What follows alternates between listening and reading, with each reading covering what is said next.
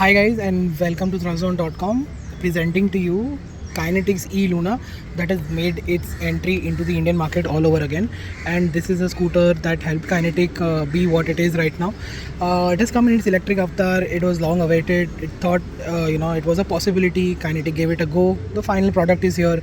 It cost rupees 80,000 rupees, and the pricing for an electric cargo two-wheeler is quite good actually. It is of course not that great in terms of pricing as it used to be, because of course ICE and EV pricing has to be different because everything is all new here.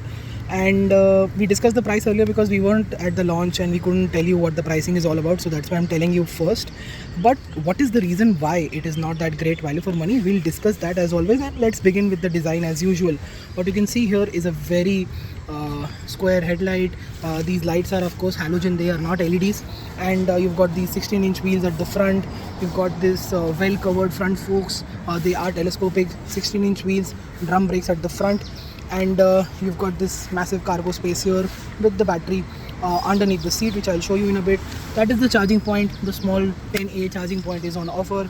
You've got a typical hook here, which is all metal. This is one of the legacy parts, and I'll show you some other legacy parts of the Luna that we've seen in the previous version. I made it to this electric version as well.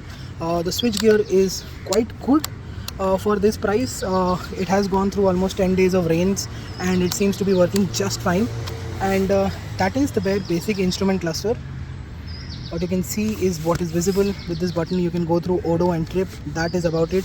It doesn't even say SOC percentage, it says, it just shows you how much battery is left. There's no percentage on offer as well.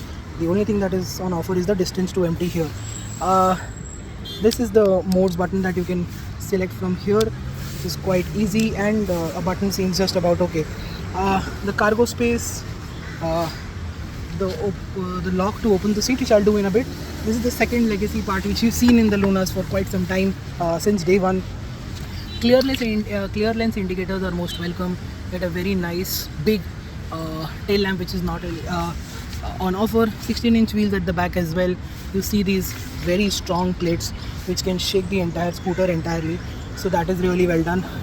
The blue color tubes, the black color, everything, minimum use of colors has made sure that the prices are in check. Very high quality Kinetic green logo on this. Certainly looks really more high quality than anything else on the scooter, surprisingly. You've got this lock here for the brakes so that it doesn't roll back in on slopes. And let's now show you what is the most important part of this scooter. The seat opens like this. You can see the battery. Press the button here, this lock will come out. You can take the battery out.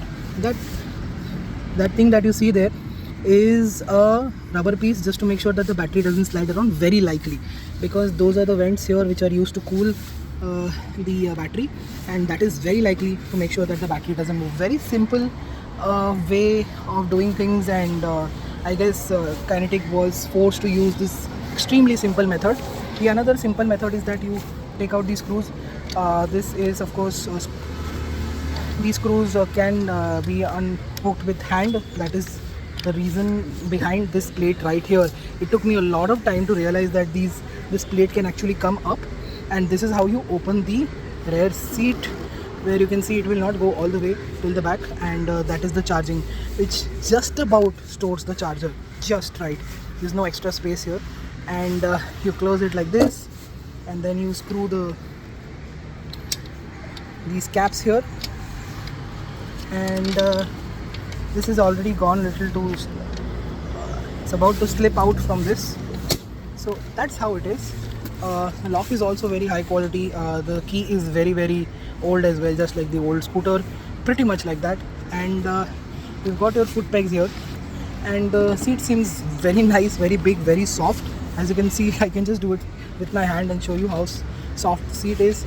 And this is also quite a big seat. Pillions should be comfortable as well. Most importantly, this is for carrying the load, and that is where the electric motor kicks in. And like to tell you how it rides. Well, this is a electric Luna with a battery. The power and torque numbers are very low. I have already told you that in my launch report. and this is something that picks up speed quite well, but the throttle response is very you know, remote and unconnected. Doesn't really feel like you know, you're, you know, opening the throttle and something is happening. There is very little feedback on offer. At the same time, it picks up pace quite well. It does 40 kilometers an hour in no time, and its range is a big issue because it's being claimed at 110, and it is only delivering 60 to 65. We've charged it thrice. It hasn't gone above 70 kilometers in a very slow run. So the range is quite low than expected, and as you know, Kinetic claims, which numbers are being borrowed very likely from the RI, are quite low. This is something that will go down further if you have multiple people on board, because usually we don't see this scooter with more than one people. There is always two or three, or even if you are putting luggage. This is going to drop down even further because the battery and the motor are not that big enough to sustain those loads. It is going to be very cut to cut in terms of how the range and the battery and the performance is going to be delivered. Most importantly, low end torque is good, and what this is basically a scooter that can carry a lot of load. It is agile, very nimble and very agile, so much so that you know, it is compromises on high speed stability to a certain extent. The front rake is raked in to a very large extent. It is agile and nimble, but at the cost of stability, and that is one of the reasons why we're shooting it within city limits, not going out much. We've tried the bit of highway run, and it told us that it's not really happy doing so. It is only going to be very happy and very busy in areas where there are tight you know, tight alleys, small alleys, very congested roads. At those places, the e-Luna is going to feel completely fine, completely joyful to ride as well. Anywhere from that, it is going to be something that will require much more focus and effort, which isn't its forte. So you know, it is going to be purely for within the city limits, within the 3, 4 or 5 kilometers radius of your home or office. And this is something that private buyers can also look at only if they have you know, sentimental values, because the Luna, of course, is a brand that has come back. Apart from that, this is majorly focused on the commercial and fleet owners and delivery guys and delivery gig workers, to make sure that their running cost continues to stay lower. You're almost going to save more than 3,000 to 4,000 rupees more over a petrol scooter, and that is a lot because you'll be charging it every single day, because the range is going to be around 40 to 60 kilometers depending how you ride it and what kind of loads you're carrying. And despite that, you're going to save a lot of money. So if you're a large scale fleet owner, you can still get the Luna, be very happy about it. And the pricing is right. It feels robust enough. It does the job really well. It is comfortable enough. It isn't overly basic, and you know, it has something you know, that has been done right. The engineering is right to a very large extent, if not the absolute best, because this is a platform that dramatically needs an overhaul in the way, you know, it is supposed to work.